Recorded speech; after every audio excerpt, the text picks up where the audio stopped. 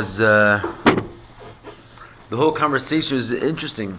Led to conversations after class and so forth, but just how in the Gashmius world, we talked about the analogy that Hashem is like a deer, and a deer turns his head backwards. And the idea when you turn your head backwards, you also turn your will and your intellect and your emotions, everything sort of goes backwards, or behind. What's behind is Gashmius. So Hashem put his will and his intellect and his emotions, he put them into physicality. And then the secret is, b'chokhma isbariru. The only way to sort of like realize that it's there is through chokhmah, to, like we said, like scan it and realize like just the stam gashmiya situation contains really within it the seeds of, like, you know, the essence of Hashem, the Or Ein Sof sitting right there. It's just that you have to look at it al pi halacha, al pi Torah, because otherwise it's just the same. We brought like 3 or 4 different analogies, but the same physical scenario, just a guy doing business versus someone learning the Mishnah and the halachas of that same exact scenario. One is basically the tachton that you need to get out of and sort of remove yourself from and subdue your taivas for the gashmias. The other one is the exact same scenario. You can look at it, and it's basically the Torah. It's Hashem's will and wisdom. It's sitting inside the same gashmias thing. So in other words, the deer puts his head into the gashmias, means Hashem also has his essence here. And we said, just like a butcher, you can chop up the meat, or you can be discussing the parts of the animal to know what's treif and what's not treif. The same thing, like the same physical world, it has in it all the essence of Hashem. Amen. So, okay.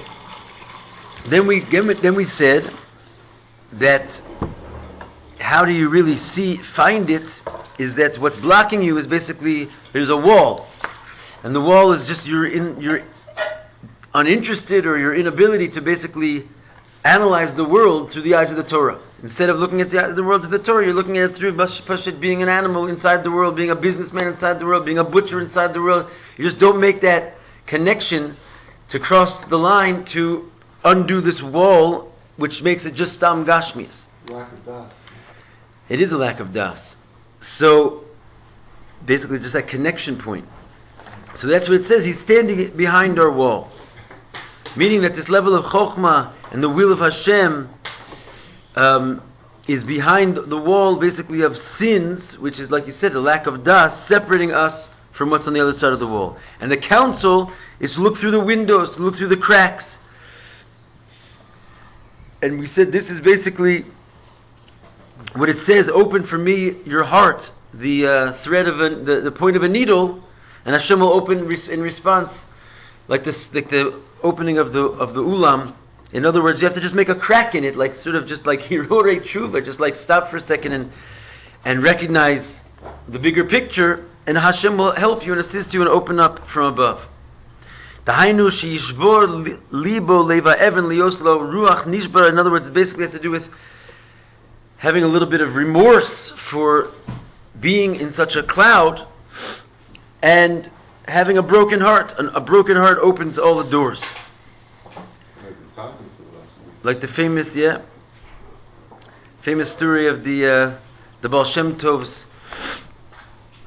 The Baal Shem Tov had a student he was training to do all the tekiyas on Rosh Hashanah, and he said basically, thanks, we got it marked out there, and he said, I'm stalling him. So you got there. Okay.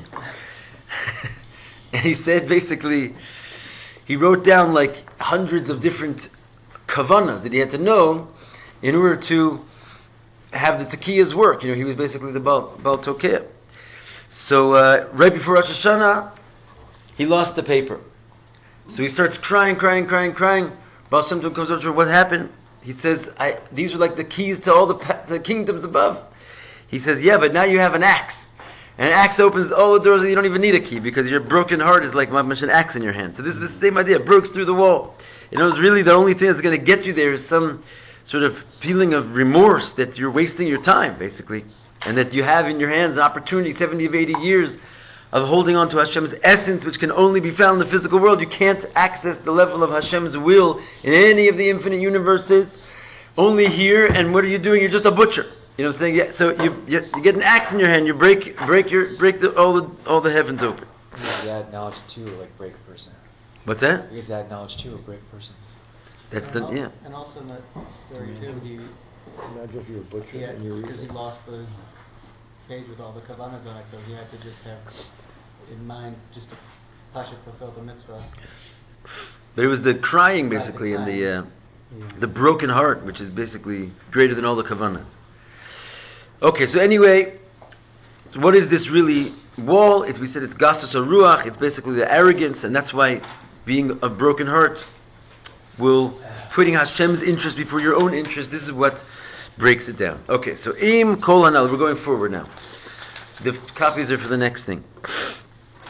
Im kol hanal. Last paragraph, page 188.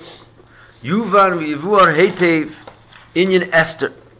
We started talking about the idea that Esther is the aspect of every Jew which is a state of concealment. And it's the pintele yid, as it were. So now, after all this, we can understand the inyan of Esther. Shemtechila birosos hamalka omeres b'chatzer. That at first, when he saw the queen standing in the courtyard, right? Haya b'chinas zos olam min hamidbar. So Esther standing in the courtyard. As we said before, what is Esther? It's like the hidden love inside of a Jew, and it has to come into a state of revelation.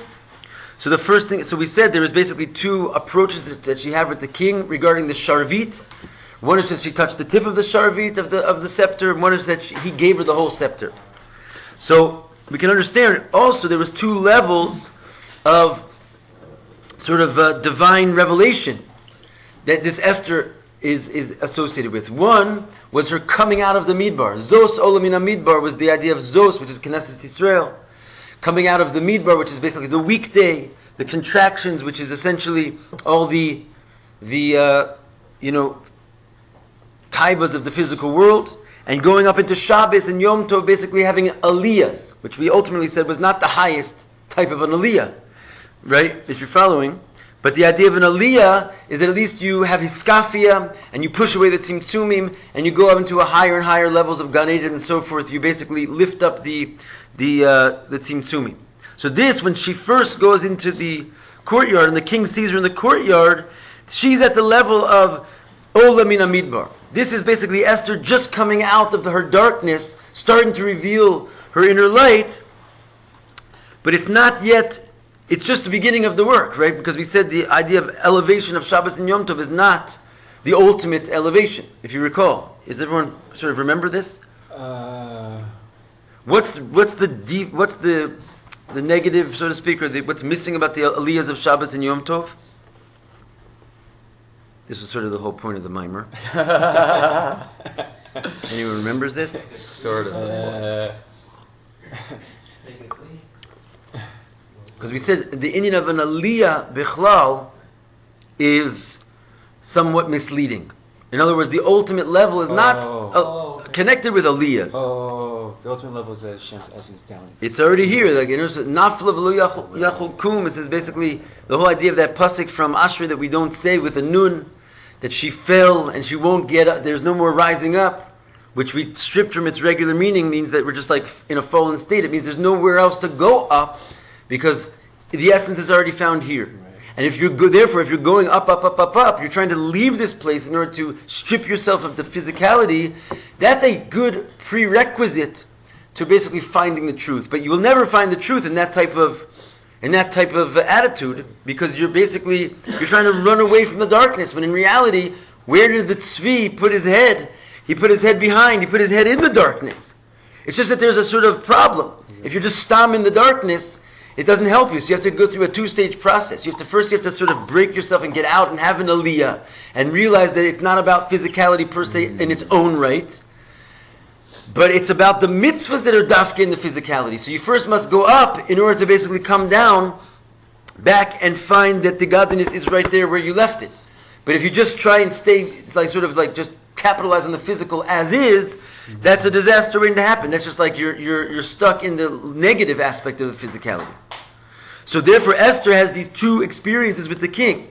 One is that she's touching the tip of the scepter, and one is she gets the whole scepter. And if you recall, what was the tip of the scepter? We said this was like the kav, right? The tip of the scepter basically means the enlivening life force which comes into the world. And once you're getting to that enlivening life force which comes into the worlds, you're not dealing with Hashem's essence anymore. It's just a ray. And that ray goes on forever, infinite levels of aliyah after aliyah after aliyah. Once you come out of Gan Eden Atachton, you go into Gan Eden Elyon, Gan Eden Elyon, you go into higher levels of Gan Eden and so forth. It's all basically limited levels of divinity where high and low is still sort of the primary focus on what's going on.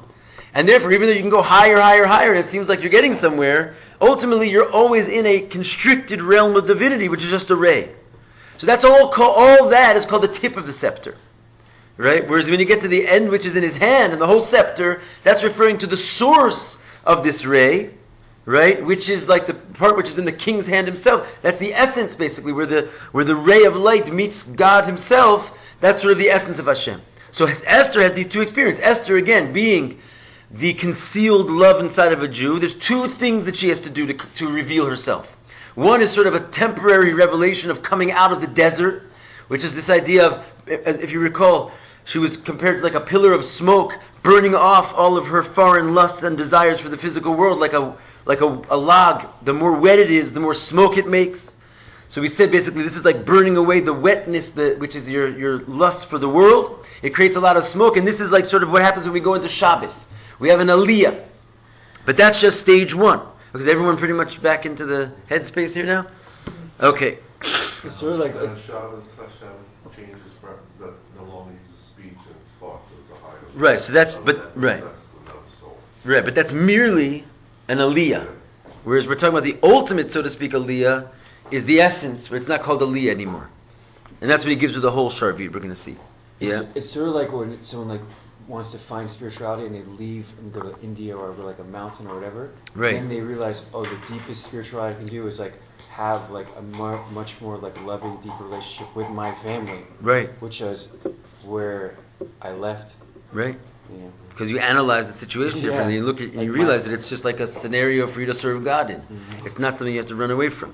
Exactly. What did Esther need to do to get to feel the essence? Well, basically, it does seem that you have to start off with the going out of the desert. Right? So there's like a ratzo v'shov, basically. Ratzo is running, which is what he's saying, like running, Yeah. so to speak, to away from the physical world, which is a necessary state. Because if you're stuck in physicality, the first thing you have to do is get out of there. But then the ultimate thing is to show, because where are you running to? You're running away ultimately from where the work takes place, which is in the physical world. So that's called the shov, return. So this is basically Esther. Now getting back to the point here, when the king first sees her standing in the courtyard, this is the first level of her.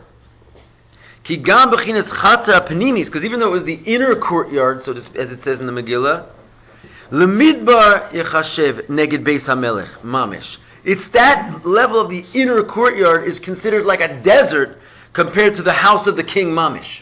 So notice there's many chambers leading up. As long as you're not there, you might as well be in the desert. So here he sees her in the courtyard. That's a sign that she has not yet reached the real essence. Because the king's not going to live in a fixed way like the real king. Only a ray of him, only his reputation, but not the real king will not live in the courtyard. So that's obviously not where she's going to find the essence. Not kamo babayis, he's not going to live in the court like he lives in the house. Azai mizgale ha'aretz v'hamshachas or Hashem. Right, and then there's going to be a certain ray and a revelation of Hashem to her as she is in the courtyard. It's just not his essence. Va'az v'tikrav Esther. Then it says Esther came close. It's like a second move that she makes. Shemis'ala miskareves el hamelech b'tshuka ledoda. She basically has like a outrageous, b'chol miodecha type of experience. All of her everything. She comes closer with an unbelievable passion for her beloved. Aval kol aliyas v'iskarvus eino ela v'tiga b'rosh hashavit. But even that, she comes closer and closer and closer and closer. But at the end of the day, what does she do? She touches the tip of the sharvit, which means there's many aliyahs. Even though first she's in the courtyard, then she comes closer. It doesn't matter. As long as she's still in a position of approaching the king and not being, then it's all in this first stage of just aliyah after aliyah. Aval achrei kein kasi v'tosef Esther. But afterwards, there's another part of the story which says she went further. Dahainu biyosu ito babayis. In other words, she actually made it into the house with him. Tosef is further? Tosef is like to add on. She went further. That she went into him, the house with him, lo, and she cried and she begged, lavir es ras Haman Agagi, to remove the wickedness of Haman. You see Haman Agagi, you have to make noise. Asher chashav ala yudim, that he was thinking, his evil thoughts on the Yudim. So this what happened suddenly is this basically crying. She started to petition and cry. What is this crying suddenly? The crying is to arouse the great mercy. Al nitzos elokus ashenislavish belevushim gasi ruach. And this is basically what we said before. In other words, to get past that wall, where you're basically having das and elokus, which makes you realize that right here, you're in a godly wonderland. What's blocking you from that is this wall of, like you said, David, the absence of das, or what he said is the arrogance, basically. It's more or less the same thing. And basically, this requires mercy to overcome this. In other words, this, like we said, how do you get past it? You have to have a broken heart. And just realize you're an arrogant person wasting your time. This is Esther's crying, basically. It aroused an unbelievable mercy to open up this wall and to realize that her godly spark is sitting in this garments of physicality and arrogance, which is caused from the level of Haman. Right? That's what it says. The Haman was thinking bad thoughts about the Jewish people. This is the Haman inside of you. Haman represents the ultimate level of arrogance. What's Haman's thing? You mentioned das, you couldn't have said it better. It says Haman is, Yada Ribono umiskavan limrodbo. Right? He knew his maker and he intended to go against him. It's like a borrowed lesson from Nimrod. So also comes the word merida, to rebel. But this ultimately falls down, it says by Haman and Amalek, they have the same midah. They know Hashem, right? And in other words, there's a certain level of klippa which comes because you don't have das, right? And therefore, if you'll have das, if you'll basically open up and meditate properly, you can break those klippas, right? In other words, that's the idea that the mind controls the heart. If you just think deeply enough, basically, you can undo your foolish ways and basically put yourself back online. That's so long as you're not dealing with the klippa of Amalek. Because Amalek is the klippa of das, basically. He knows his maker. Yodeh es ribono. Right? And nonetheless, he intends to go against him. So this is a very powerful force, basically, that the only way to deal with it is that it's a certain level of mercy that has to come upon a person. Right? In other words, that thinking and thinking and thinking won't necessarily help you because the arrogance is so great that it doesn't, even though you know what's better for you, you won't necessarily change your plan just because you meditated properly on it. Like what happens basically, unfortunately, to us guys every day. Right? We sit here, we talk about Hashem, we sort of stir up our das in Hashem, we start meditating on the higher worlds, we're totally realizing there's a higher reality and it has demands upon us. And then oftentimes we just go back to doing what we were doing before, right? Because even though we're thinking about it, this is like a sick thing that happens. It's the klippa of Amalek inside of us. That's why there's such a mitzvah to remember him and to he's not like, we don't have such a mitzvah. The Gir Gashi, they're going to go around and kill that guy forever because he's basically we can take him. With a certain amount of meditation, you can just handle that guy. You can control your passions. Because you can use your mind. But what happens when you're going to sit there and meditate and it doesn't help? Because Amalek also knows about Hashem. What was his story? He saw the miracles at the Yam Suf and he saw the miracles of the destruction of Egypt and he saw all the miracles and right away after that he comes and wages war against us. Because he wasn't mispoiled, he wasn't affected by his Pashit sight in Elokus. He had das in Elokus. He, like the rest of the world, he saw the miracles, but it didn't stop him from ruining the plot anyway. So this is basically, how do you deal with this? This is basically a certain level of mercy that you need to have upon yourself. You can't really deal with it. Your tools that are available to you, you're sort of using them already, and therefore you have to go to a place of just being crushed by the arrogance of that very fact. Like, how can I, mamash, sit here and know Hashem and not do what He's saying? It's just like a broken-heartedness that comes out. And that's ultimately why Esther starts crying, because you get closer and closer, but there's a certain level you can't overcome unless you sort of attach yourself to this bitterness of the situation. And that is the bitterness that Haman is thinking thoughts in your head. And then he's habchu chashuchel nahora. That'll do it, basically. Then you get to this state where you're not in the realm of aliyahs anymore. You're in the realm of transforming the darkness into light. As we said before, you hit the essence when you break through that wall, and you basically hit the king himself. So then there's nothing to run away from. There's no more taivas to run away from inside of the Gashmi world, as we said, is the halachas, is the mitzvahs. V'lachein, and therefore what happens after she starts crying? V'yosher HaMelech LaEsther es kol ha'sharvit hazahav. He gave her over the entire scepter. The entire scepter being not just the tip of life, a ray of divinity, which is very limited, but ultimately the essence of Hashem. Ya'ir or Hashem bagiloi lamata dafka. Meaning what? That the revelation of Hashem can also shine below as well. What's the problem with the tip of the sharvit? With the kav, is that the lower it goes, the less revelation there is. That's the problem with the limited light. It recognizes high and low. So as long as you're in the realm of high and low, you can always go higher, and which is basically leaving the dark places behind you, but there's still dark places, right? So you're sort of always going to be struggling with them. But the idea is that the essence, what's the difference between the highest world and the lowest world? When it comes to the essence, they're all inside of Hashem's essence, they're all one. So the light can shine just as equally inside of the lowest places as it can in the highest place as far as the essence is concerned. Because the essence is not bothered with how much your kli can receive. Right? Because when it comes to the essence, no kli can receive any of it in terms of its own limitations. Atzilus, which is at the greatest, most broadest, widest kli, still can't taste even one drop of the essence, which is essential and therefore unable to invest itself into any vessel. So just like Atzilus can't experience the essence based on its vessels, so it doesn't matter how small your vessels are either. It no longer becomes the determining factor how much you can grasp to determine how much, if the essence can reside with you or not. It's just a matter of whether the essence shows itself, then it will show itself in all places equally immaterial of whether your vessel is able to receive it or not. And therefore it can shine in the darkest places as it can in the lightest places. And that's the reason he gives her the whole sharvit. I think it's interesting. We have the same firepower as like of the holiest people on the earth, and they learn like the Rabbi learned the same books as we're thinking the same thoughts. You know, he dabbled in the same sitter. He said the same words.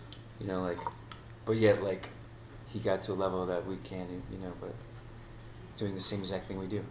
You know, I don't think he did anything different. I'm sure he did. I mean, he just did maybe more. But, I mean, he didn't like, maybe. I mean, what he was doing is learning from more, I'm sure, and writing these things that we learn. Food for thought. Well, I mean, I guess the difference is like the continuity of it, right? If it's a continuous revelation versus like being constantly interrupted, you know, and you have to start all over again. So I don't know, but in a certain sense, I mean, mitzad the Indian of the mitzvah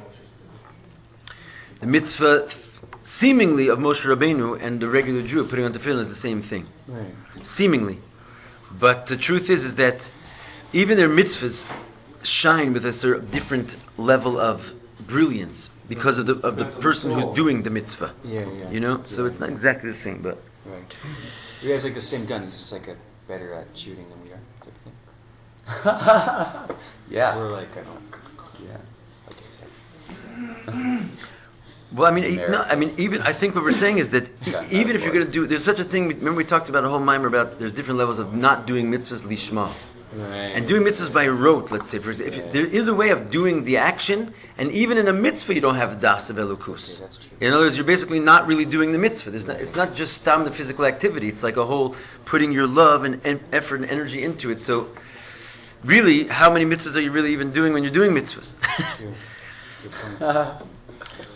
But anyway, to finish off the maimar, he says, "V'az v'takam Esther." Right. So all of a sudden, after she takes the whole sharvit in her hand, she's now attached herself to this level where the lowest places can shine just like the lightest places. It says Esther stood up. And what does it mean Esther stood up? Shekama al amda v'al matzava shelot titztarech od l'bechinas olam min hamidbar. She got to a point where she doesn't have to go up out of the desert anymore, as we've been saying. She basically got to this point where there's no more aliyahs. Like she stood up from having to be in a state of fallenness and rising. She just was up now. There was like sort of a permanence to her level, having access to the essence, that there's no more need to run away from the Gashmias, because that is a symbol that you are really dealing with a limited level of Elokus to begin with. And the true level of Elokus, Gashmias is not only not a deterrent to Hashem, but it's actually the center stage of where Hashem's will can be performed. Vezeu v'tamod lifnei hamelech. And that's what it means. Suddenly she stood before the king. She medreg gedol lefanav, that she's even in a higher, so to speak, level than him. K'moshe kasuv eishes chay lateres bala. As we said before, the whole level that the king represents her baila, her husband. That's sort of the level that she has to receive from while she's in a lowly state. That she's always trying to get closer and closer to the higher level. Whereas ultimately, the earth is the place where Hashem's Atzmus will ultimately be revealed. So she actually, in the end of the day, Esther stands before the king. She's higher than all the lights that she's been receiving from up until that point. Okay, that's the end. Mazel Tov. So I think we're gonna, after great, investigation, we're gonna just fall back on some classics here, and we're gonna learn a sicha of Purim. You look disappointed. No, I'm just no, what I'm just thinking about the pasuk in the Devarim.